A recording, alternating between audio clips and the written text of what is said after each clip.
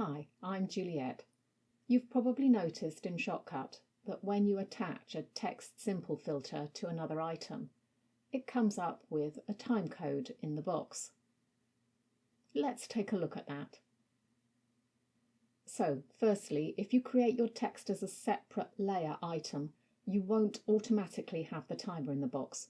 You can get it by clicking on the timecode button just above the text box. This counter is a simple counting up the time of the element it's attached to. Unlike the counter we looked at last time, it doesn't have any formatting options other than the text and sizing ones in the text simple box. But the benefit it does have is that it can appear over a background and you can see the background. The issue with it is that you might not want such a long, in terms of time details, counter format. The only way to get rid of elements, as far as I know, is to hide them.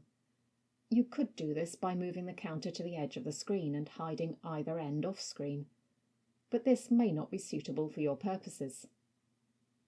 Another option would be to mask the edges in some way. My preferred option for this would be to simply create a border around it, so it's more like a timer device, say. The simplest way to do this would be to create a graphic outside of Shotcut and place it over the timer on a separate layer, hiding the parts you don't want on the screen. It doesn't have to be flash or that noticeable.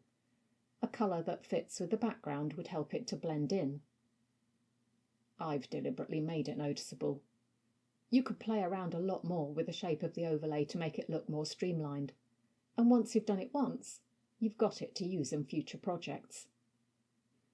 If you want to find out more about other timer options, this video will get you started.